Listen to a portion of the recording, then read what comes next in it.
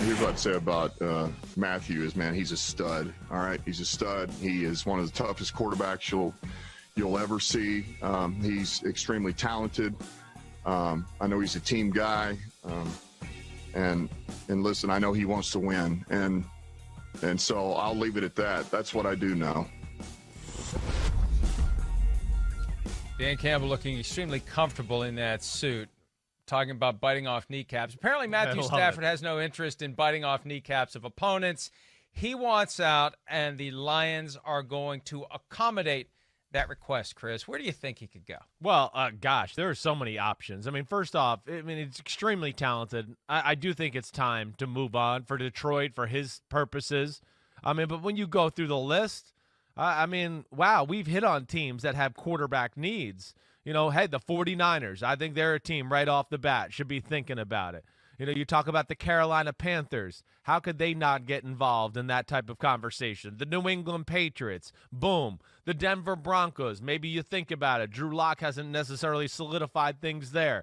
I don't know. Three-way trade, Deshaun Watson, all of that stuff. Could he end up in Houston? There's too many possibilities. He's too talented. Everybody that needs a quarterback is going to do their due diligence on Matt Stafford. I love the idea of him playing for the Houston Texans. Texas native, he was born in Tampa. I was doing the research last week. Born in Tampa, lived in Georgia for a while, went to Texas, went to high school, same high school Bobby Lane attended in Texas, and then went to the University of Georgia. So he's got different connections. Hey, the Falcons could be a connection if they move on from Matt Ryan. Right. Who knows? But look, the guy's still only 32. Only 32 years old. But crazy. The time has come for him to move on. Depending upon what he's done by way of taking care of himself, he could play another 10 years. We're seeing quarterbacks play into their 40s. The rules are conducive to it. Yeah. He's played through plenty of injuries. Yeah. But now he gets a chance to go somewhere. And, Chris, where he needs to go is a team with a great built-in leadership structure, because that's the thing he's always shied away from. Right. Is the active in-your-face, there's a new sheriff in town leadership. He's like Eli Manning in that regard. Sure. It's the scale of Peyton Manning to Eli Manning. Ultra involved, sheriff in your face, and Eli just I just work here, which is fine. He won 2 Super Bowls. Right. But you need guys, you need Michael Strahans and Justin Tucks and the JPPs in the locker room to go, hey, guys, let's get the hell going today. Here we go and that. You're exactly right. Yeah, that's not him. He's going to do his job. He's going to do everything he's got to do. But, yeah, it doesn't seem like he's the rally the troops, everybody, I'm going to lead us, here's a speech, whatever it may be. But the thing that's interesting to me more than anything, Mike, is what you brought up, is the age. It's just different than, it's a franchise quarterback here who's got a lot of good years left. It's not like, whoa, we see, the light at the end of the tunnel and this is over sometime soon.